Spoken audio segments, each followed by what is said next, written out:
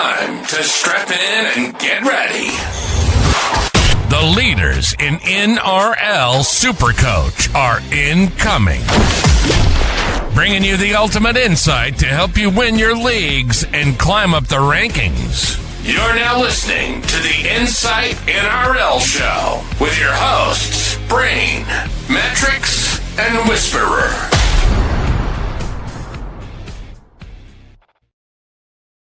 G'day guys, the buys, they're officially done. Finally finished, we're on the run home. Round 19's in the books. You've got the full team on deck as always Sunday night to talk through everything that was from round 19.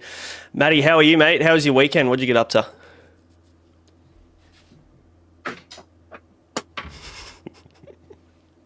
Sucking is what I got up to. Nah, look, it's been a pretty close week. I've been doing some work around the house, not wearing the clown wig, believe it or not. Doing some demolition. We're building a retaining wall next week. But the news: Greg Marju is a fraud. I don't know. I didn't have that bad of a week. I had Campbell, I had Hines, I had Hughes. After captaining Hughes last week, I didn't have an armband on him because I thought he was ordinary because Pappy was missing, so I didn't put a VC or anything on him. He turned into Jesus. Vice Captain Carraz into C. Walsh because we all open the app every week to see who the Gold Coast Titans are playing and captain that. I was going to hold Pappy. Pappy was out. Then I was going to trade in Deadwoods. Then he was out. And then Dylan Lucas died. So then I ended up trading in Angus Crichton. So for his 53, which does allow me to trade Lucas out for a centre wing next week. But like I didn't trade in like a Lomax or anyone like that because I knew I'd have to trade out Lucas next week. I don't know. Things just didn't go my way. I mean, you're saying it as if you got 1,100. You're probably treading water as much as the rest of us. There's 40 points that separates all of us this week. So, I feel like we're probably not going to see too much green, maybe not too much red either, Josh. 1271, I've only just got you this week again. But, yes, Kez, Mattrix paying homage to Shiba with the goatee. There's a bit of goatee going on. Yeah, I thought I would. I snuck that one past the powers to be. The wife. Yes. I'd fair enough. Josh, how are you, mate? What's happening? Not much, mate. Not much. 1271 tossed and turned over Nico VC. So annoyed that I didn't go there. Obviously rode Walsh and could have been a lot worse. Could have been slightly better. So we'll take that. I think we lost 15 points on Tedesco captain. It's not the end of the world. As always, Teddy gets some very much needed junk at the back end of the game. But overall, mate, not too bad. Obviously, hit with Payne Haas being out, hit with Pappy being out. I ended up holding him, had Aitken, Garrick, DCE on the bye. So we only had a bare 18 this week. And Kane Bradley got the late call up and did wonders for me. So happy with that. Great enough. Yeah, one of the all-time nuffs, Kane Bradley, that's for sure. Similar week for me. I think I played with Barebones 17, no flex or no dropout this week. So I feel like I maybe got away with it a little bit this week. Obviously, no Payne Haas. I've already got 3 nuffs in Martin, Going, and Lawson. Had to play Latu Fainu for his 25, which I obviously wouldn't have done in previous weeks. I had to hold and change my tack a little bit. Obviously, when Dylan Edwards was out, I went to Reece Walsh. And just slap an armband on him because it was vibes and it was the rule of who you play against the Gold Coast Titans. But yeah, I ended up holding Lehigh Hopewadi, so I'm interested to see how that goes on the run home. I don't think I'm going to be able to trade him now with fucking Lucas going down for the year. That's his season over, so I'm going to have to trade Lucas. I've still got Sandon Smith sitting there. Hugo Savala looks like he's going to cop a week or two coming up over the next fortnight, so maybe Sandon Smith sees a second life for 2 weeks. I might need him. But yeah, not a bad week, 1288. It probably feels like maybe, 10, 20 points over par, maybe. Like very, very small green arrows, sub 1,000 green arrows, I'd say is my guess. But yeah, not a bad week overall. Let's have a chat about the week, shall we? First game of the week, Josh, you nailed the VC call for the Patreon. Just sadly didn't follow through yourself, which is just pretty standard of the season that we're having, really, isn't it? Sums up 2025. Look, Nico Hines, unreal. sort of the write-up in the Patreon was that reshuffled left edge for the Finns. Probably would expect the Sharks to hammer that quite hard, and that they did. So, yeah, great to see Nico end up on a 137. Got some really nice updates: 2 tries, 1 try assist, 1 try contribution, 4 goals, 2 line breaks, a line break assist, an offload, 4 tackle busts, and 18 tackles. Sorry, 25 tackles to beat. So, 137, the Nico of old, which is fantastic.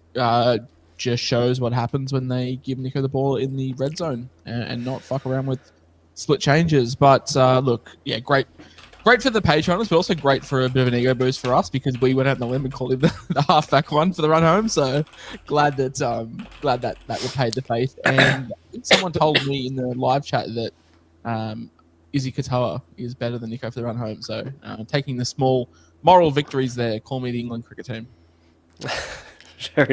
Yeah, you take them when you can get them at this time of the year. There was one SC Brain that said Nico just doesn't get 130s anymore. So shout out to me for the second year in a row, revving Nico up to a point where he needs to prove me wrong. Last year I said, big fan of the show. Last year when Tricky Trindle was taken over at the Sharks, I said Nico just isn't a permanent captain option anymore. And then he went to average 108 over the next 3 rounds. And this year I've said that he doesn't get 130s anymore and he scores 137. So, if you need me to put the Mozza on anyone else, it's the reverse Mozza on anyone else and get him revved up, just let me know and I'll talk shit about him. Yeah. 100%. I'm going to make some income somehow. 137 for Nico's stand. I guess, that's probably not even the thing that I'm happy about the most, and it's Blake Brayley, 117. I feel like the last 4 weeks have been elite from him. I've been on him since day one, which has been amazing. I dug up a clip from our hooker preview where Josh called him the Hook 2. And we were both a little surprised at that call, thinking, holy shit, like that's a pretty spicy take. Matty thought we're in the hot takes episode when you said it. You projected him for his average to start with a 6, and I think we've pretty much nailed that so far. Not a bad shout. Not a bad shout for Blake Brayley, Break Brayley owners. Break Brayley. I'm genuinely shocked he's held both these tries. I know. Usually he got an upgrade. Usually gets downgraded like 10, 15 points. He put him off the floor too. Like normally your hooker has to get it by either putting you directly through or like a pick up and scoot. He got them both off the floor. He picked it up a little bit. I saw it was we were shifted his hips a little bit. That's all you need. Mate, for we were Blake in the Brayley Twitch chat as we were watching it. I was like, he lifted it, bro, and you're like, fuck off, he did. I was expecting like a 60-point downgrade. Yeah, we were playing 2K at the same time, and I remember this game starting, and you're like, Nico's already scored a try. I'm like, fuck off, all right. Like, what really happened? He's like, no, Nico's already scored a try. After we all faded the VC, except shout out to Hamo, who took the VC on Nico Hines. So, well played. Herbie Farnworth turns out another 100, 105. I mean, I still stand by the fact that he's too expensive to buy at this point. Even though he's going to continue lost money with his 105. Yeah. Legit, like what is he? 900k, 920, something like that. Yeah, 915k. I think it's the most a centre has ever been like that I can remember. Like probably like Joey Manu, 2 or 3 weeks at fullback probably got there, but I don't think Manu full-time centre ever got anywhere near this. It's just ridiculous. Yeah, he's doing a lot of sweeping, a lot of roaming as well. He loves to work his way infield. Sometimes he finds his way over onto the right-hand side if there's a tack floating down there. So he's just the man. They just find him. He does that weird shuffle across the field where he can like get like 3 breaks that aren't really breaks. No one's really holding the line. Yep. Loves the Andrew Fafita run. AFP. Yeah, I got to slide. I got to just go down the bottom of the screen here for a second. Oh no, we suck again. I think you were saying something on the. I think you read like a Cam McInnes quote. I think he didn't have the best. I think his grandfather died, who he was like very, very close with. So, yeah. Yeah. Obviously, shout out to him, and you know that's not easy to turn up for. Cam McInnes was in hospital the day of the game, getting a bad, painful boil sorted out in his neck or some shit. And if there's any player in the league to have a boil on their neck that nearly sends them out, it's Cam McInnes. Out of all people, injury. 100%. I mean, what's going on here with AFB? Is it? I mean, what were minutes like? I haven't even checked minutes. Pretty good. Like I bet on his player performance overall, so I was watching it quite heavily. So that's the problem then. Yeah, he died. Oh, it says only played 45. I feel like he played more than the ball website says played 45. I feel like he played more than that. Yeah, what 16 points in runs over what's that? 8 runs over 8 meters and then 3 under. That just seems low. 11 runs for AFB. Then nothing else. 23 tackles. It was a weird, like, it happens a little bit with AFB. Like, you play 35 minutes in the first half, then not play in the second. Lockie Camilleri saying that he had a knee clash, as we said before. We were playing 2K. It was on the second screen with no audio, so it's hard to follow in between possessions. But that would explain a little bit. So really hoping that he's not injured long term, because I've got single digit trades, and I need to make a couple next week. Yeah, I've got him in fantasy at the moment, but I'm a little concerned I might have to trade him. Yeah, in fantasy, you get 8 extra trades from next week. I've had 0 for like 3 weeks in a row now, so I've just been redlining the last month. But Jermaine Asako with a 46, Matty. I think we're kind of lucky we jumped off. Knowing that he's got those buys either side of these couple of games as well just makes it even harder. But yeah, tough if you held. Yeah, and the Dolphins just aren't as good as they were. Like, obviously, they weren't going to sustain that 50, but it's a bit of a tough run, and losing this one to the Sharks, I really felt like this was a turning point in the season as to whether they were going to, take that leap forward to be a top 8 side or not. And losing this one, I don't have a lot of faith, which makes me put a red line through the goal kicker of Jermaine. He's going to start to leak a heap of cash now. That 46, he's going to be about 650 next week after being 702. Yeah, look, it's probably time to... The Jermaine experiment's always like this every year. When the Dolphins are cooking, when they've got an easy run, when he can get those goal kicks, fine. But yeah, it's just not happening now. So it's time to go. He's just a goal kicking like Ronaldo Mulatalo. Like, if you get him on a hot streak, then fantastic. If you get him when you're at the Lamia, RSL, then it's always a good time. But when they're not scoring points, you're relying on goal kicking, and it was great when they were scoring 50 points a game because he was getting 8-9 shots at goal. But when it does dry up and the base is not the base is fine, it's not. It's between Carraz and Alex Johnson, so it's sort of just average, which is not what you want to be paying $700K for. Brendan Nickera, 84. I'm just looking through here, trying to work out what his BP would have been. What's it look like? 64 in BP? One try assist, which is 12. One line break assist, which is 8. So that's 20, 64 BP. Yep. Pretty handy. He's back after I've put him on forward watch for scoring 6 tries in 8 weeks and averaging about 52. But I mean, he went on a run where his BP came back up for about a month, would have been 2 months ago, and then he went back to doing nothing for a couple of weeks. So it's really hard to pick with him. But if you're on him, then good on you, because the Sharks have a pretty open draw coming up, which is why we wanted to hold Nico. So definitely would be holding Nico if you've got him for the run home as well. It seems to be connecting pretty well, as they always do. Let's move on to the Knights and the Storm. No Pappenhausen in this one. That was the late news. He ended up dropping out with 1 hour to go, and we all had to decide what we were going to do with our trades. I was going to say, what I held. I think you traded Braino and Matty doesn't own. I traded. I did own. Yeah, Matty owns. He just doesn't own Teddy. What do you do? Because the physio was like, oh, look, it's very rare for calf tightness to be more than 2 weeks. So I don't know what to do. Like, I've got 7 trades left. One of them is spent on Lucas. There's no one really standing out. Like, Drinkwater maybe Edwards, but there's no one like really knocking on the door. So I'm like, do I sell to a centre wing, which I'll eventually have to buy a fullback for the run home, or do I just wait this out? With 7 trades, you probably wait it. Probably wait it out. I mean, look, if he's obviously laid out again, like you've got to start to ask questions. Like, obviously, this is an injury that they're not really giving enough information about. Like, they're definitely holding cards close to their chest. I think with any Pappy injury, Matty, it's always, they probably try and downplay it a fair bit just with his history. Yeah, they do. Give me 2 seconds because so I traded Pappy out to Dylan Edwards only for an hour later to find out that Dylan Edwards is out.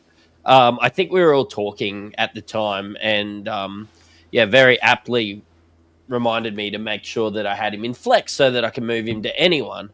But once you take Para out, which I considered a really good matchup for Dylan Edwards, you go Southwest Tigers, Newcastle. No, Southwest Tigers, Titans, Newcastle. And I think it's still, like Lorenzo's saying, I think it's still Edwards, the guy that you go to from there. Yeah. I don't know. Like, I think that those 4 games, and then I'm like not very interested in Melbourne, Canberra, Bulldogs the next 3 weeks, and then maybe him getting a rest for St. George. But I don't know, that those next 4 games just seem like Edwards could average 85. I think we spoke about this during the week, didn't we? We were saying that if you're like in your head-to-head, you're a head-to-head focused player and you're outside the 8 at the moment and you've got to maybe make a few pod moves or chase the draw for the next 3 to 4 weeks to actually make it into your top 8, Edwards is the play. But Penrith's draw really tightens up when head-to-head finals start. Like round 23 against, I think, the Knights or whatever it is, like that's not exactly an easy matchup either. We're looking at the Storm score here and they scored well in this one and maybe it'll get easier with their troops down, but... rounds 24 to 27 are pretty tough for the Panthers. Yeah. So it's like... It doesn't get any tougher than Melbourne, Canberra, Doggies for your head-to-head finals. And that's the crucial time for Edwards head-to-head can get you as well. there. He'll get you there, but it's okay. Like you're definitely going to have to trade him out if you're chasing draw. And for me, it's sort of... Whilst I'm still focusing on head-to-head, I'm definitely still keeping an eye on rank because it needs to be somewhat respectable for the end of the season. 7 trades. One of them has to go to Lucas. One of them will have to go Brayley to Watson in 25. Yep. Plus 2 that will be spent in 27. So it leaves me with, 3 to move with? Which is fine. Like, my AE right now is Latu Fanu, and that's a very, very fine AE to have. So, yeah, I don't know. I'll think about it. But, don't have Clear either, and we'll talk on him soon. But, yeah, in this game, Knights just don't look good. Dan Gagai, Mr. COV, Mr. Fullback for the rest of the season. Good to see. And Mr. No goal kicking for the rest of the season too. That's kind of sad if Jackson Hastings is going to be the one kicking goals. So there goes a cheap, I don't know, 8 to 10 points per game. Knights aren't exactly scoring a heap of tries, so it's not going to hurt you too much. But fuck, he looked good. He looked in everything. Like if there was someone touching the ball, it was probably Gagai for the Knights. But it's just how you got to buy stocks in the Knights if you're going to be buying one of their outside backs, and I just can't do that. I don't think. And obviously Marju's the bitter taste in Maddie's mouth after this week, and it's kind of like can you even look at any of these guys on the run home? I know Dom Young looked good. He got 103, had 2 tries and a try assist. It's Gagai, Young, or nobody really. I can't look at even the Knights score, to be honest. That's how off I am of them. But Dom Young performed really well in this one. If you were having a dig, I like Gagai at fullback, but I don't know. It's just that point in the year that none of these guys seem like a trade-in. And the Knights draw is also pretty horrendous. Obviously, now factor in with the Knights confirming that Dylan Lucas is out for the season with another Liz Frank for the Knights. That's like so many Liz Franks them the past 2 years. You reckon they've called up the strength and conditioning coach and said, "Hey mate, we just need to meet on Monday morning. We've got a few questions for you." Yeah. What's going on with these injuries? Look, obviously I say it in jest, but I just can't go near the Knights, sadly. But I can go near the Storm. You know what? They're just resting him. It's not that bad. They're just resting him. They're going to get a good draft pick this year. Yeah. The Tigers should be in a much better position if there was draft picks on the table, that's for sure. Katoa, 108. Liero, 106 with a double. Jerome Hughes, 101. So 500s in this game. I didn't actually think that there were going to be 200s scored by the Knights. I thought there might have been 500s, but not 2 of them contributed to by the Newcastle. So, well done to those guys. Hughes obviously still kind of in pod territory, but what do you do now? Like, let's kind of fast track that Cleary conversation, Josh, because there's, if you've got Nico and Hughes who both scored hundreds this week, do you either just accept the fact now that you're going to be fading Cleary, or do you get Cleary in at flex instead of a third fullback? What are you doing there? It changes every week. I feel like I flip and flop on this. Like I say, oh, Hughes is the guy to go. Oh no, you run both of them. I think you just run both of them for now. Like until Cleary picks up the tee, I'm just okay with saving a trade and having Hughes. But I just think you need to understand with Hughes, like it's going to be up and down. Like it's not consistent 70s with Hughes. Yep. But with the way Alcantara is playing, then who knows? Like he's just so good. And if there's anyone, and we saw Jerome Hughes score 165 on the run home, second last game or third last round, round 25 or 27. I can't remember when it was last year, but he went massive, and I remember I traded him out the week before it. He has the ability to just absolutely bury shit teams when there's nothing on the line. So I feel like there's every chance that on the run home they're going to come up against a pretty easy beat, and he's going to put up a 150. Yeah, I'm not saying he's a flat track bully, but he definitely just fucking shits on the shit teams, which is what you want. Like when you're looking at a guy with a good run, like you want to know that they're just going to rip him apart. And we did say he goes 100 shit score, 100 shit score, and then he was due for 100, so we nailed it. Probably about 3 from 40 on our calls this year. So Dylan Lucas. If I taught you anything, it's only ever talk about the 3. 100%. We never ever talk about the ones we get wrong. It's podcaster code. Harry Grant, 51, played 60 minutes, I think it was in the end. I mean, we weren't. I don't know whether you guys were, but I wasn't really expecting Matty for him to really do much in this one. Following up from Origin, it was more they just needed troops, and he probably wanted to keep the legs going. Yeah, I mean, like it's still not like he absolutely cooked. It was great that he stepped out there and played, but. Yeah, I suppose Wishart not being on the bench meant that he did have to play that probably the extra 15 minutes than he'd normally play straight after Origin. But yeah, I think he was good. Like watching him play, like he's still a great hooker. I just think for Supercoach that value's kind of dwindling the last, honestly, probably 12 months. Yeah, and look, honestly, he's a guy that could just come out next week and go and average 105 for the next 4 rounds. Like, honestly, he is the one guy at hooker that could go and do that. So if you want to take a punt on upside, you want to try and win the week, you're sitting in 12th in your head-to-head league and you just need to take a punt on a guy who's going to go big, then he could be it. But obviously, if he continues to go the way he is, there's not really much to love. Marju, you're trading him, Matty. For anybody else who has Marju, do you advise the same? I'm really stubborn. Like, I think that you'll know that about me, but I watched Lomax and Val play and watch them at least get the ball and be goal kickers. I think I'll probably go to one of those guys if I have the funds this week. I can go Dylan Lucas. So I'd planned on going Dylan Lucas to one of those guys, but I could just like delete the Knights games. From my watch list, which would be great.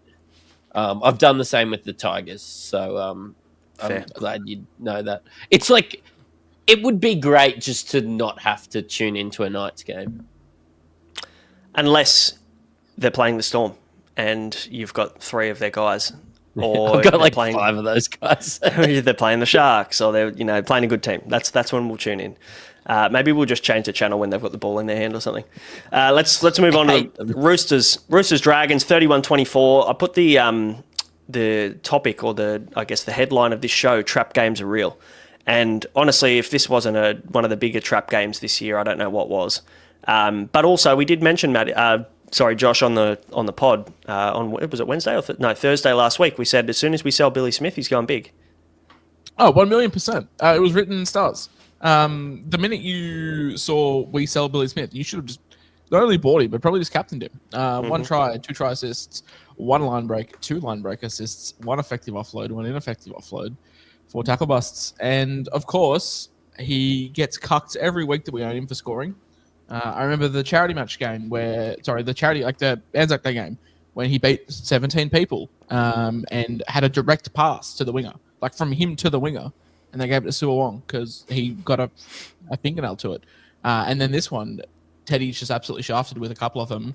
And because we sell Billy Smith, he's the beneficiary. So yeah, it's just folklore at this point. It is.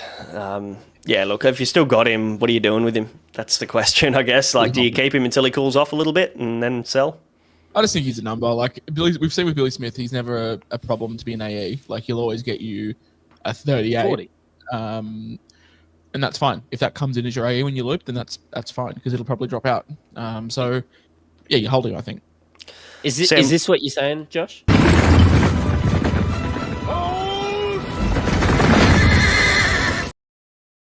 Yes, Sorry, yes.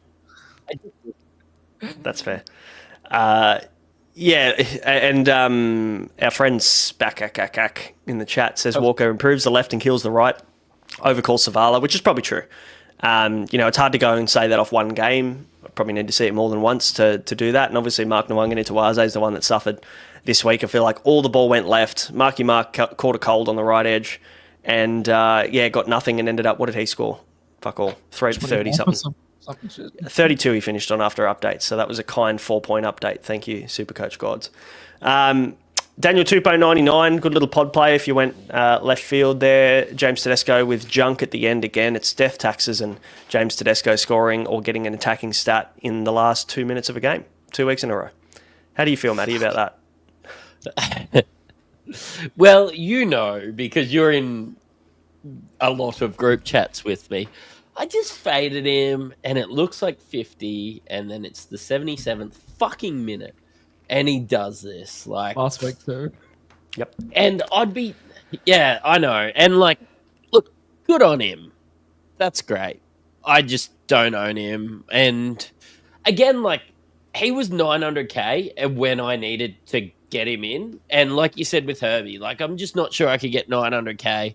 And yeah, he scored to his price again, and he's still dropping price this week. It just hurts every week, especially when the guy I brought in was Angus Crichton this week with 53. Yeah, Watson and Crichton 56 and 53 for them. I mean, anything to worry about, Josh, there? I know we both said that they're good buys. Watson at hooker, Crichton was a good buy this week at 2RF, or so we thought. You still feel that way? Yeah, I mean, I was less keen on Angus. I think I made that quite known on the pod. I was more of a Watson guy. Yeah, no huge issues. It is what it is. Watson ends up on 56 or BP, or actually no, not BP. Has one try contribution, so 52 BP, which is fine. Like a little bit lower than what we would expect. Same with Crichton. If 53 is the lowest, that's what you bought him at.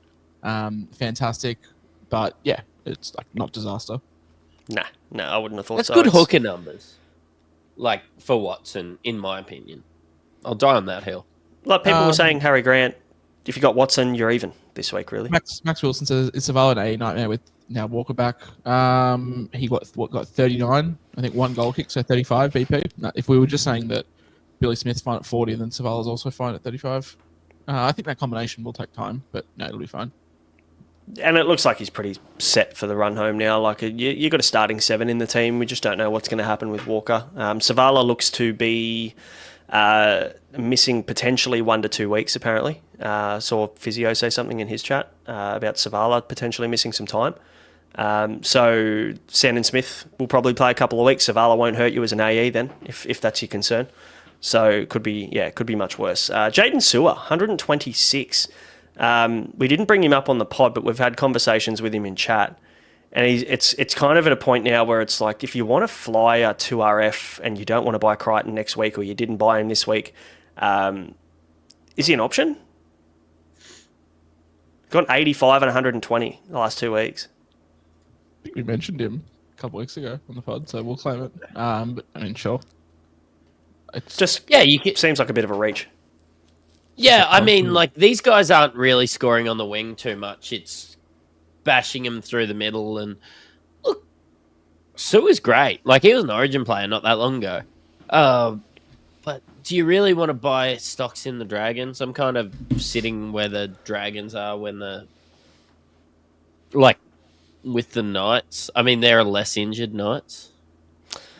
Yeah, the chat isn't a fan of Jaden Sewer. I got a no hope this helps from Jamie Camilleri, so it's good to see that he watches the pod every week. Love it. Paul Walter, it's a no from me, dog.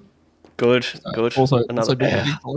yeah. Yeah. Val Holmes 71 this week. I think Lomax ended up near 80, so you get 10 points if you went with Lomax over Val Holmes, but both ended up putting up scores this week, so you can't be overly upset with either of them. Let's move on. Bulldogs, Cowboys. Do we call this the poo slinger of the week, you reckon? No, there's a few.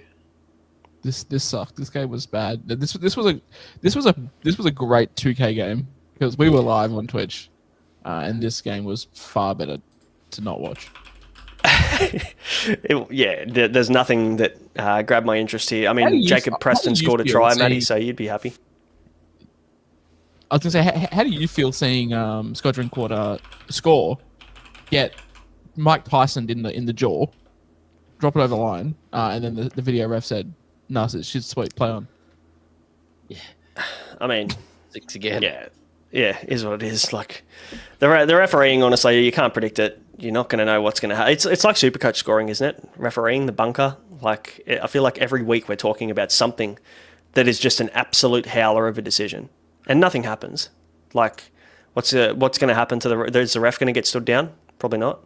They'll just ref again next week. So no point complaining about it, really. Braden Burns, though, we were talking on stream, and first of all, shout out to the Twitch. Go and follow us on Twitch if you're there. If you like if you're a gamer, follow us there. We were talking on Twitch about this. Is Braden Burns like the most underrated SuperCoach option ever because he plays 5 games a year and averages like 72 and gets priced at 600k every year? He's never an option. Yep. When you see him in the lineup, you should always pick him up in draft. Legit perfect draft streamer, really. You can never buy him in Classic because he's always too expensive, which makes no sense. What else stood out here? Anything? I know that people are like iffy with gambling. That's totally cool. I have a betting Twitter account. I post a lot of player performance stuff. Goes okay. Griffin Neem has been playing 41, 42, 39, 40 minutes every week. Historically, always underperforms with your Origin stars back. So we bet his unders today. We bet his unders. And just plays 70 minutes. So Todd Payton, obviously, big follower of mine. Just playing Griffin Neem for 70 minutes in the middle. That's always a choice. And so now what we can do, Matty, is we can go to Josh's, was it SC Whisperer Bets page on Twitter? Go and give it a follow. You can go to the page and you can look at and see who he's betting on, because the week before he bet on Naf White, and then Naf White went and played 73 minutes. Legit, you can pick it. I put a meme up that said any middle forward, but I bet they're under, and I just had a photo of Tamalolo when he won the Dally M. But I just want to talk about Jacob Kraz for a second. Brother, because what's that? What happened? I don't know. I really don't know. I mean, they went left heaps, as they always do. He's on the right again. Like, it's he got 53. Like, can't be overly upset. What's that? 53 in BP as well. No attack. So that's why we buy him, because when he doesn't get any attack, he still scores okay. Are we concerned about I think I said this to you boys when we were playing 2K. Like, Karaz, Kickow, I don't know, Tracy. Like, are we concerned with the Dogs, because they're starting to fall off a little bit? Yeah, I don't want to be. I don't want this to come back to me as a link to Galvin hate or anything like that as a Tigers supporter. So I mean, yeah, the timing's funny. They've faded. They've faded for sure. Whether it has anything to do with that, I don't know. It probably doesn't. I think it's just more a matter of. I think you said last week, Josh, like Seraldo might be trying some stuff, knowing that they're in a pretty decent spot in preparation for the finals, but it just seems like a really bad time to be fucking around too much with what your spine looks like coming into, with momentum as well. I don't know. Yeah. I'm going to try and be a bit positive. I thought the Cowboys looked pretty good in this one against the Dogs. Like, the Dogs, I think the last couple of weeks have looked pretty ordinary. And if it is the Galvin effect or whatever, and just remember, I'm Switzerland. These guys hate him. But just remember, I'm Switzerland. Don't hate him. No. Just remember, I'm Switzerland, and Seraldo did make the call not to play Galvin this game. Like, it's not like he's forcing it or anything like that. The Cowboys were pretty good in this one. Like, didn't look like Origin did.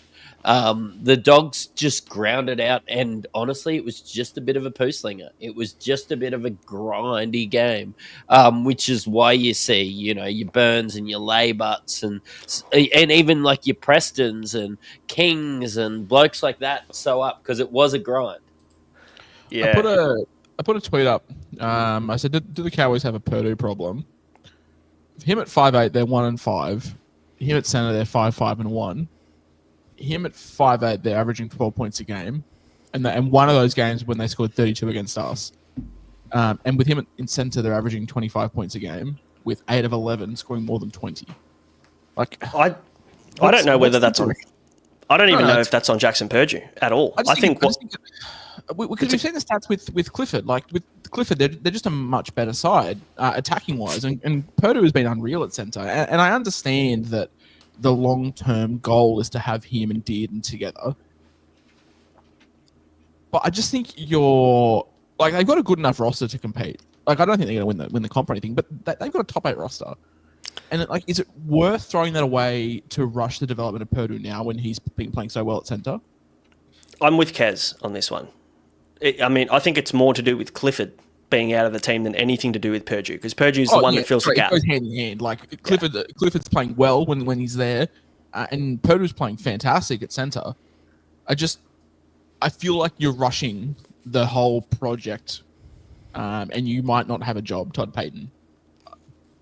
Yeah, at least, and Lachlan in the chat says at least Clifford was injured this week, so it's not like he's dropped him, thankfully. But I love how he said he wasn't a moron this week. Just clarifying. Yeah. We'll just wait. We'll just wait for future weeks for sure. I wanted to see Murray Slongy at 5'8" when we saw the 24-hour cuts. Yeah. What are your thoughts on Viliami kick out, Matty? 42, no attack, BP down a little bit. Yeah, look, I was never that keen, which is why I went the Preston route. And I've kind of regretted that at times as well. But I do just think Preston does more when he's got it. And I don't know, I just wouldn't go kick out. I don't think he's a trade out. I think you've traded him in for a reason, and the Dogs will come home and still be a top 4 team. But maybe, like, with how many good second row forwards are, maybe it's a sit situation now. Yeah, just some matchups play. Yep, agreed. All right, let's move on. We'll go Warriors-Tigers, 34-14. Warriors spanked the Tigers. Tigers went back to their terrible worst again, as expected, having to travel over the ditch. Tough road trip for anybody, let alone the Tigers, who, they're coming off a win, but fuck, we played some pretty bad footy today.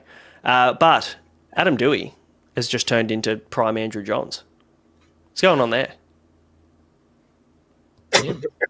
Yeah, I thought we were going to highlight playing for a contract. Maybe that's. I thought we were going to highlight that Luke Metcalf is assistant player, because Tanner Boyd was unreal. He was good, wasn't he? Chanel Harris-Tavita's been doing it all year. So, but no, Adam Dewey with a 99, CHT with an 83, Tane Tuapiki was also fantastic. One of the great draft pickups this week on the waiver wire. Hopefully a few of you in the chat got him. I did. He was awesome with 81. Aaron Clark with a 72. What's that? 50, I think 52 in BP. So pretty stock standard from him. Halasima, DWZ, and RTS all with 70s. The Wars did it pretty easy. Terrell May, though, 57 in, I think, 63 minutes. So less than a 1 ppm in this game, and the minutes were definitely down in comparison to what we expect from him. Josh, you put up something on X that maybe we should start to see that a little bit less from him with his workload probably catching up with him a little bit.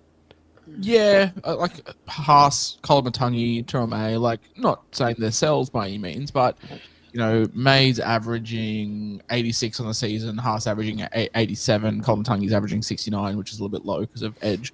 But I wouldn't be shocked if Terrell May finishes the season averaging sub 80. I just think the workload catches up to you. It's all well and good for us to sit here early in the season and be like, oh my God, he's a freak. But when you're having to play 70 minutes in the middle every single week, it does catch up to you over a 27-week season. So probably just expect those to come down. It would just put the line, they're still the clear cut. We're talking about him like he's died and he's scored, 60? Yeah, he's fine. So like it just probably rules out the captaincy of him. In saying that, the Warriors are all notorious a tough matchup for middles. But I mean, considering the pack that they've lost this year, like they've lost Mitch Barnett, who's probably one of the most influential players for them. Like they're doing pretty well, really, to hold the fort through the middle without him. Everybody in the chat's trying to compare Skelton's spear tackle on Tuapiki that nearly broke his ribs. We've got Rhino spear, we've got an Edge spear, we've got Bron Breaker in the chat. Not one person has mentioned Goldberg, who just did his last match today. I thought that was a bit rough. Goldberg's been undersold here, I reckon, in the spear category. Good hit, though. Very good hit. It's probably the only positive I can take from today. And Jerome Luai was pretty good. Was he? I thought he was. Sure. I mean, it doesn't matter for Supercoach, but as a football fan, as someone who watches him a little bit too closely because I'm invested, I thought he had one of his better games, especially with the foot. I also just want to say, I think the rugby league community as a whole owes Charlie Staines a big apology because he's good. Oh, yeah, no, look, Charlie Staines, I'm sorry for nicknaming you Grass Stains the last couple of years. I was not familiar with your game. Yeah, he's good. I like him. Yes, same. He's got 11 points in 80 minutes, but I like him. He gives effort. He's a goer. That's what you could say that. Surround yourself with goers and you shall go. So maybe we just need 17 Charlie Staines. You know who else is a goer? Brent Naden. Get Brent Naden back in the team. He's a goer. We've got lots of goers. Sadly, just not much. The Yam scored 3 tries in Cup today. In 9 minutes. He also was terrible for the first half, apparently, talking to people that we don't talk about that. No, we don't talk about that. We only talk about the positives here. Yep. But yeah, honestly, not much to talk about here. Someone asked me, who do you think comes into the current 8, as it is right now or before today? Penrith was sitting 9th, and I said, I think Penrith are going to come into the 8. But who drops out? I think it's Manly or it's hard to say the Warriors because they're so far ahead, like with where they are right now. I think they're in 4th, and they're on 28 points. So, is it possible for them to miss the 8? Like they've got a pretty good draw coming up, but missing Metcalf is tough, and CNK's out. Probably the Roosters. I mean, the Sharks are in 9th right now, but they've got a game in hand, so they'll get a bye. Probably Roosters or Manly. I don't know. It depends on Turbo. Like if you tell me Turbo plays until round 27. I think they make the 8. I think the Sharks might pip the Roosters. Everybody's banging on the Sharks in the chat. No one reckons the Sharks to miss out. Well, the Sharks are 9th, and I just think that the Sharks are playing... The Sharks at their worst are probably playing better footy than Manly are they playing better than the Roosters? I don't know. Yeah, it's Manly to drop out. I mean, the Sharks are also playing just a bunch of bottom feeders for the run home, so I think... Manly's draw is tough. It's probably a swap, I think, with Sharks and Manly. Let's not talk about this game anymore. There's really not much to take from it, and also it hurts me as a Tiger supporter. Panthers 32, Eels 10. Nathan Cleary is the talking point for me. Comes off the bench. Everyone's probably thinking, I'll sit him. I don't need to play him this week. I mean, luckily, if you had Nathan Cleary, you probably had to play him this week because we didn't have a choice. Most people were running with bare bones 18 this week, or you maybe got an AE, which is fine. But 79 in 50 minutes for him. He came on after about 25 minutes. What are we doing there? Do we still need to see him goal kick because we haven't seen that yet? Are you still holding off, Josh? Yeah, I mean, I've got DCA and the Manly draw gets kind of pooey. I've got a decision to make. I've got to sell Lucas and then work out what I'm doing with Cleary and Cherry Evans. But the minute that he sort of was his own harshest critic after Origin, you sort of knew he was going to turn it on. I was not impressed because I said to myself, I'm going to captain. This is in fantasy, right? So I captained Cleary, put the captaincy on him, and put the VC on Terrell May. So I was like, look. If Cleary doesn't play, I'm going to get Terrell May doubles. It's fine. That's the worst case scenario happened for me, that he played and came off the bench. And I got bailed out with a 72 in fantasy, which is unreal. But yeah, I think what world do you need to get him though? Because people aren't, I'm not normal. Not many people have DCE. If you have Hines and Hughes I can't justify selling either of those for Cleary right now with how limited trades are. So what world would you need to be in? Do you sell Pappy and just buy Cleary and run 3 halfbacks? What do you think, Matty? Oh, trust me, I've thought about it. And I can do that this next week. I mean, I think it's still the point at which he picks up the kicking tee that you make a decision out of Nico, Hughes, and him. I do think that's still the case, but I don't know. Have we just seen this week with Teddy's, your Edwards, your Drinkwaters? Like, maybe it's not fullback's year. Yeah, maybe. I mean, it's hard to go against a few of the fullbacks coming home. You mentioned Edwards' draw earlier. Like that's scary to not own someone like that. That's also the same draw as Cleary is kind of the That's what point I mean. that I'm getting on. Yeah. Walsh's draw after their bye next week is pretty good for a good 3 weeks in a row. It's Walsh, Edwards. You could take a pot on Latrell around head-to-head finals. I think their draw gets a little bit better. So I feel like there's so many upside options there, whereas it's just Cleary. But do you need Cleary, Hughes, and Nico? I'd probably argue you don't. Yeah, I'm just worried about the ceiling. Yeah. With those. I'm going to wait another... if there's news this week that he's goal kicking again, I might consider it next week. But I feel like I've made my bed, to be honest. I've got 8 trades left, and we've got 8 games left, basically 8 rounds left. So I've got to... I've got to make a decision on whether I'm going to get him, because it needs to be now. There's absolutely no point in me waiting 3 weeks and then getting him then when their draw hardens up. Oh, no, God, no. So it's either... I feel like it's now or never, really, for Cleary. Yep. Yeah, it's tough. I just don't have an answer. He doesn't score that try, he gets 40. We don't have the conversation. Pretty much, yeah, pretty much. Zach Lomax, 80 with a try. I think, honestly, this guy's just going to continue to get his. Sorry. We're just overlooking the pot of the week. Well, whilst everyone's getting Watson, everyone's getting Holmes, everyone's getting Lomax, everyone's getting Crichton, the real ones paid $530K and got Blaze Talungi with a 72. Yes, good pick. Well Good done. ups. I mean, look, he's getting all the good stuff on the left edge. Like, Cleary's the one freeing him up. We've said that all year. So, it's definitely... it was a risky pick, but it's good. I was in struggle streak when I saw Clear off the bench. I was like, well, this is... Yeah, thank God Schneider was the one that could just get out of the way. Because, honestly, Talangi is so much better when Cleary's on the field. I feel like he loses his appeal if Cleary's not there. Yeah. But he played really well, though. Like he did. I saw, even just like from a footy standpoint. Yeah, and I mean, Parramatta haven't been awful either. Their edges are pretty ordinary, and it looks like Kautoga is going to be missing some time as well. Also, hot take is like Blaze Lange like a top Blaze Lange are they Yongi like top 5 fullback in the game? Oh, I mean, it's hard to say no. Mate, Like, he is unreal. Mattrix is his biggest fan, so we need to hear from him. From a footy standpoint, like he is unreal. To move on, Gutho for him is big brain play. We loved him in the preseason, Matty, but I think we still understated how good this kid is. Yeah, and just looks great. Like, I think that he'll be honestly, he's a bloke that I'm probably going to open the app next year, and if the Eels make some good moves in the preseason and looks like they've got the go forward and he can create space. And I'm not going to go out there and say he's as good as Walsh, but he is somebody like Walsh that can contribute in that way. Yeah, like if tomorrow you woke up and saw that Walsh was swapped with Tapara for Iongi, like you wouldn't be upset. No. Broncos fans would be, maybe. They're the Reece Walsh lovers. I know Lauren would be very upset. Subscriber it's not a massive. I wouldn't say it's a massive loss to have Iongi. Like he's been so good.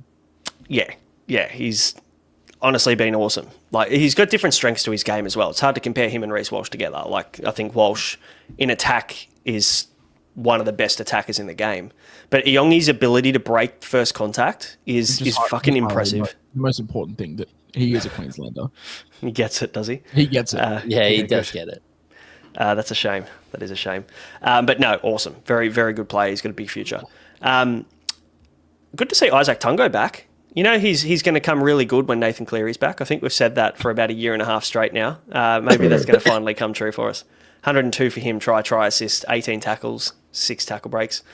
We're in the generational run of Tony Staggs and Isaac Tungo, but they just happen to happen at the same time. Yeah. What else have we got here? I'll score 800 points on the year, and 500 of them will come in the last 8 weeks. Should played Origin. Yeah, maybe. Azai 42 in 55 minutes, whatever it was. I was actually kind of interested in him, but just looking at his price now, I understand that he is priced that way for a reason.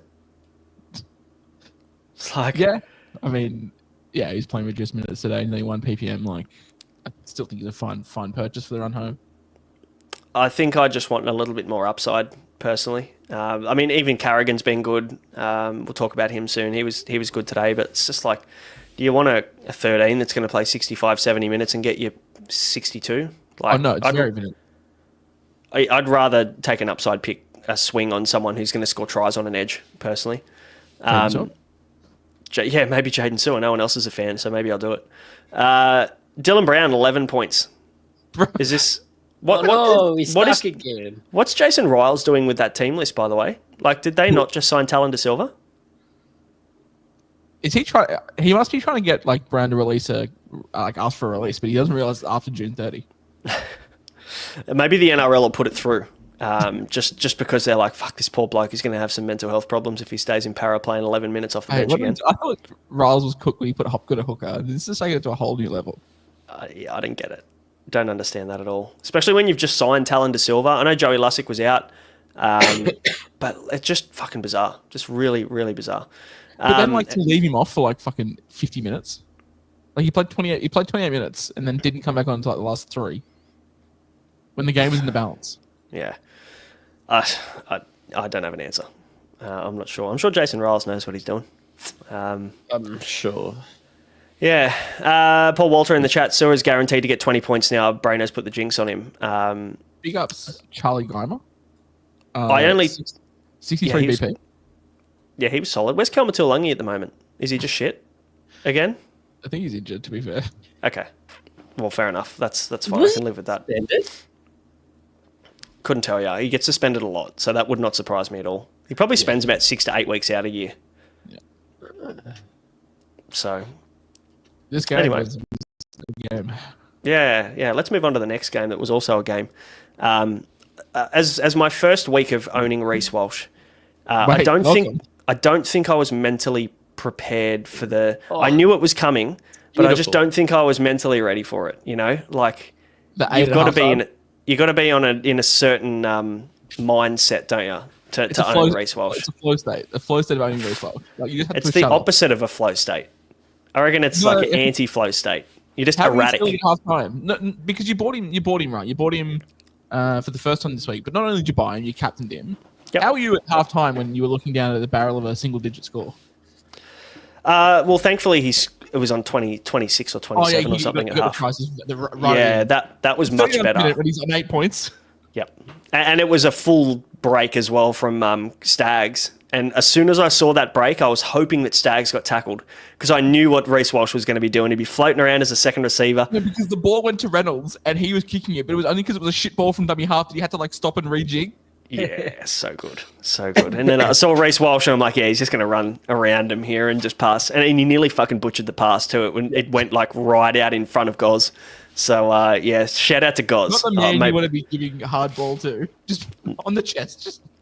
No. How'd you feel about this one, Matty, as a Broncos fan? I mean, it's a win. It wasn't a convincing one by any means. Yeah, I feel like it was a bit of a poo slinger, to be honest. To start, the errors were high.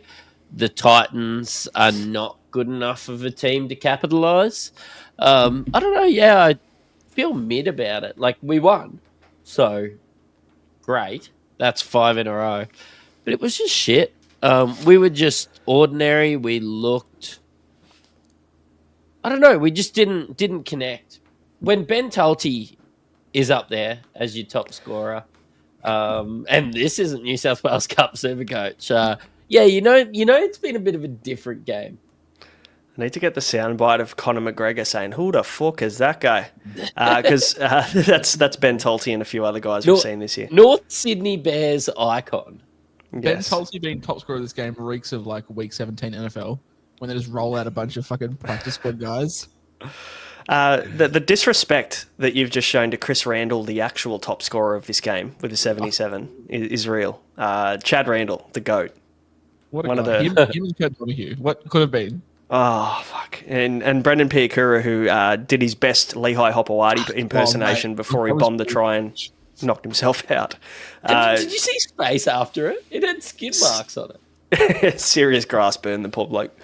Jalen DeGroot absolutely cucked Jaden Campbell owners as well at the end of this game. Just knocking on. I mean, awesome effort from Shibba to stop that try, but His third mention of the podcast, real Jaden Sewer vibes out of that one. yeah. It was a very good tackle, to be fair. Just didn't lock the ball up as much. You got to score those. And David Fafita was fucking fuming as well as the last passer. Obviously, he plays Supercoach because he would have got a try contribution. He actually it looked like he ripped into him. So David Fafita back in the team for 20 minutes, already tearing his teammates apart. Love it. Love to see it. How did you find David Fafita was this game? Did it look okay? Didn't get enough minutes. No, he looked pretty ordinary. We're going to get him cheap next year.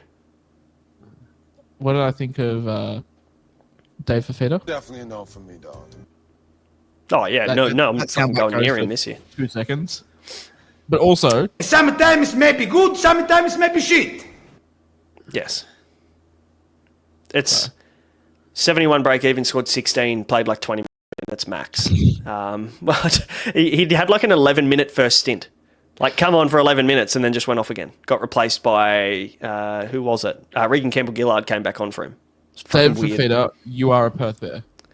He's definitely not at the Titans next year. Can't be. He had huge Dave Taylor at the end of his career vibes today. Oh, mate. Honestly, we will be talking.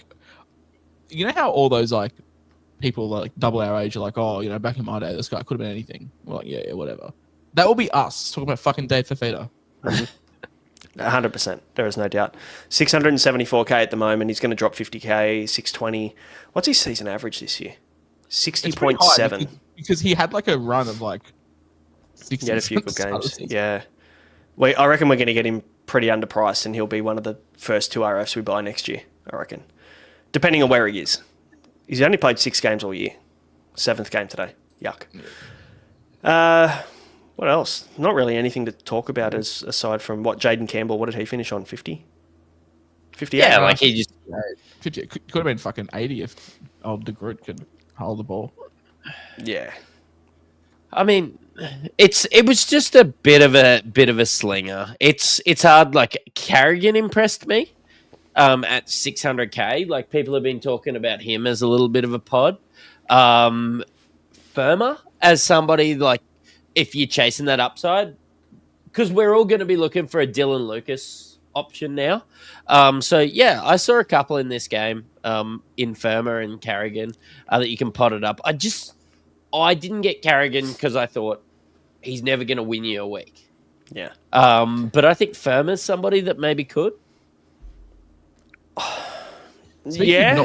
Speaking of not winning you a week, he looks good. Is Tino back on the radar at 550? Yeah, probably. I mean, what did he get? 67 today? I honestly could go. I might do this actually. Lucas to Tino, Cherry Evans to Cleary, and then just sit on my hands for it. I originally wanted to do Lucas to like Val or Lomax, because I've still got Aiken floating around. But Do you feel like Let's do Tino can Tino. hurt you as a non-owner on the run home? nearly fucking scored today. Yeah. That didn't suit my agenda, How quick is he? mate. Oh, he has wheels. He was chasing fucking was it Stags. Carapani? Was it Mariner or Stags? He Stags, was yeah. motoring. I don't know whether I'm going to get... I'll probably just fade Tino. I just don't know whether he's going to hurt me that much. I mean, if he averages 70 on the run home, I wouldn't be surprised at all. I think that's realistic. If I want to do Cleary, if I want to do the DC to Cleary, I'll need to do Lucas to like a 550 kind of guy. Could be a Crichton, could be a Watson. I've got 170k in the bank, which I had ready for Savala to Watson, but that's not happening now. He's underpriced. Let's face it. Tino's at his bottom dollar at the moment. He's not going to lose any more cash. Like you're probably getting a 15-point discount right now based on what you're buying him at. So I can get around the purchase, but I don't think he hurts you if you fade.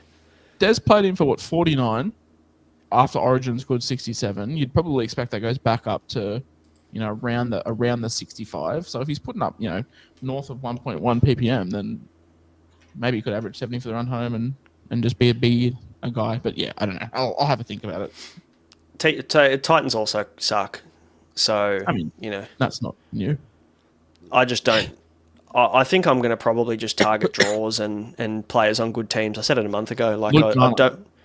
Hey? Luke Garner. Talking draws. Yeah. Honestly, you could. Yeah, there's a couple of pods that I'm looking at for 2RF, but that's probably the way I'm going to go next week is I'm just going to pick a pod. If no one's jumping on Gus, I'll probably just buy Gus at the price. But, yeah, Tino's definitely on the watch list for sure. No Blaze Lungy? No Blaze Talangi. I've got Lehigh Hopewadi there now, and I'm just running out of trades. Like, I can't continue to trade out warm bodies anymore because I'm going to need them, I think. But, yeah, Broncos get the dub, but I wouldn't say it's convincing at all. In this one. What's early thoughts for next week, boys? Obviously, Jamie Carolina makes a good point. Titans have the Tigers twice to come. Oh, so who's the left winger for the Titans? Khan Pereira? Buy Khan Pereira if he's got Tigers twice. What's the early thoughts, Matty, for next week, mate? We're into round 20. You got the run home. How many trades have you got left, and what are your early trade thoughts that are likely going to change? I've got 10. I can... Obviously, we're going to be trading out Dylan Lucas. I went Crichton in flex last minute to be able to pivot to a Lomax, to be able to pivot to a Dylan Edwards. I feel like I'm probably going to go Dylan Edwards. And if I choose to trade out a Greg Marju, I'm going to have the money to go to a Lomax or a Val. I know it's a week late on that, but yeah, I did just slide away from it with the Edwards news. So I was hoping Marju could be a pod. Who are they playing next week? Newcastle are playing New Zealand Warriors. Yeah, I'll probably just trade Marju and get one of those. So a Lomax or a Val or some... Honestly, maybe I go AKP. I don't know. And then a Dylan Edwards. I think I'm going to have to bring in Edwards. What are you thinking, Josh? The difference between Cherry Evans and Cleary is like 210. I've got 182 in the bank. So it'll be Lucas down to anyone that's like 630 or below, and then maybe Cherry Evans up to Cleary. Look, I wanted to do Lucas to a Val, Lucas to a Lomax, because I've still got Aiken at centre wing. But yeah, I probably need Cleary. And just looking at this Manly draw, it's the Roosters, the Storm, the Dogs. Like, it's not great. So yeah, we'll be looking at that. Really happy with my centre wing. Got Herbie, got Karaz, got Rog. Rog's been good. Happy with him. Got Blades, got Garrick, Aiken. He is a fine centre wing 6. Centre wing 7. So probably just looking at moving on Lucas and Cleary, and then probably trying to sit on my hands for a little bit. The only issues I'd have in my team then would be Savala and Latu, and then maybe if Pat doesn't play, then I'm fucked because Walsh on a bye and Pat wouldn't be playing, so I'd have to. You'd have to trade then, I think. Yeah, not sure. Fisher wants to know where Surely we're ranked. calf tightness can't last 3 weeks. It's not tightness if it's 3 weeks. Let me tell you that much. It's not 100%. Yeah. Where we're ranked, same as most people in this chat, not first. I'm 11k. Braino's 10. Maddie's like 12. So the disrespect. I'm 6,900. Thanks. Have a go at this cunt. I had a look. I'm like 200 points outside the top 2k, which is crazy. Yeah, you can make some moves. Honestly, the gap is not that much. Like, I feel like I've barely beat. I honestly don't feel like I should be 4,000 ahead. Like, it's much closer than that, I reckon. Yeah. So, can be moves to be made. That's for sure. Lucas to Huddy Young. Honestly, Huddy Young is definitely one that I'm looking at next week for sure. I want a high upside guy that's going to get me 100 in 2RF, and he's the guy. I've also got to make a decision on whether I just let Sand and Smith rot at hooker 2 for the rest of the year, which I potentially could do. I don't think I need the cash at this point. I've got like 230k in the bank for next week. So my early thoughts are Lucas is going to have to go to a 2RF of some sort. That might free up even more cash based on the price. And then I'll make a decision on what I want to do with the other one. I might just sit on my hands and keep Lehigh. What's a Molly back? Next week or the week after. Their draw sucks though. It's fucking putrid. It's a Molly. Yeah, so what? It was Tal's a good option. No, Tal's is not. Not at the price. He's like 700k. Bro, he's gonna be 800k in a week. That's crazy. No, I'm so off that because he's ruined Aiken. Yeah, no, that is true. And he stole Aiken's tries from last week. I'm still really pissed off about that. That would have been Aiken. Yeah. What should I do? Should I keep Lehigh Hopewadi? Because you were fucking giving me a bit of a hard time in the chat last week going, oh, you've really set on trading Lehigh. Every third message, Matty, from this guy, every third message is, should I trade Lehigh? And you and me were like, no. And then every second message is like, oh. I was just going to do it anyway. Lehigh. It didn't matter what you told me. That is hold on. That is so fucking generous to say that it was every third message. It was like every message. Thanks for bringing me back. Yeah, Lehigh. Even Aman just going back and no one's answering, right? No one answers these messages. It's like, oh, I might trade Lehigh. No answer. And then me and you will be like, oh, I might trade this person. It's just, honestly, our group chat is just a vessel for our trade. It's a diary. It's a diary for all of us. Braino at 2 a.m. Should I try Lehigh? No. Everyone, nothing. Oh, Braino at 8 o'clock in the morning. Should I trade Lehigh? Might trade Lehigh. Oh, dear. Yes. All right. I'm going to actually ask another few times this week, so be ready for that. But yeah, I don't know. I don't know what I'm doing. We'll find out soon. I'm sure it'll change. But yeah, for everybody in the Patreon, you'll hear from us obviously over the next couple of days that we've got a few articles coming up. We've got Podwatch coming up. It's going to be pretty relevant for the run home. Josh, you do your buy, hold, sell in the next 24 to 48 hours, the early thoughts before TLT. So yeah, keep an eye out on that. And if you want to become a subscriber, you can. It's not too late. All you need to do is go and hit the link below in the description. What are your closing... I'll give you the floor. Your closing thoughts on as a Reece Welsh owner, finally. Oh, you know what? It was like... And I said I likened it to riding a roller coaster, except the roller coaster is on fire. And there's like a crack in the tracks. And it's about It's on fire, but there's no guarantee that there's a fireman at the end of the ride. Yeah, and sometimes they rely because the track isn't connected at different parts, so they just rely on the roller coaster going fast enough to slide over the top of the gaps in the track. So yeah, that's pretty much how it felt. It was not something I would recommend for anyone with who cares about their mental health. It's beautiful. Yeah, people who care about their mental health and people who own pacemakers. They're the rules of not owning. Yes, if you're on heart medication, you cannot own Reece Welsh. Oh, and this is the I might put this on my gravestone. Patreon's worth it for the chats alone. Thank you, appreciate it. We try and do a good job. We try, guys.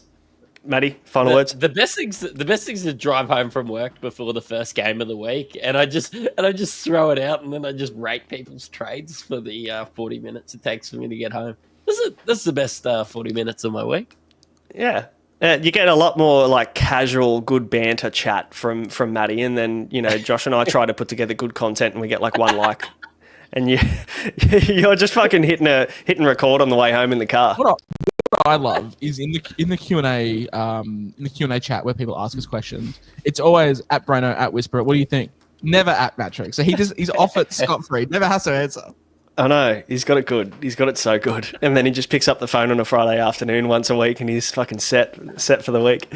Love it. We know the strengths that Matty brings to the table. I got more comments. I got more comments than you guys in your Q&A, just asking what beer I should get out of the fridge next. Come on, guys. I spent so long writing articles, and Matty just rolls in. Legit. People at the start of this live were also asking him, what's the drop tonight? There are 5 or 6 people in a row trying to work out what Matty's drinking tonight. That's where we're at. So love it. Guys, thanks for that. Thanks for watching. Thanks for getting involved. Subscribe, like, comment, review, do all those things for us to get the pod out to more people. We'll be back for Tuesday's Q&A. If you're a subscriber, you'll see us on Tuesday evening. Otherwise, the live will be back to Wednesday for the rest of the season. Thank God, no more Thursday pods. We'll see you on Tuesday night. Catch you then. Cheerio.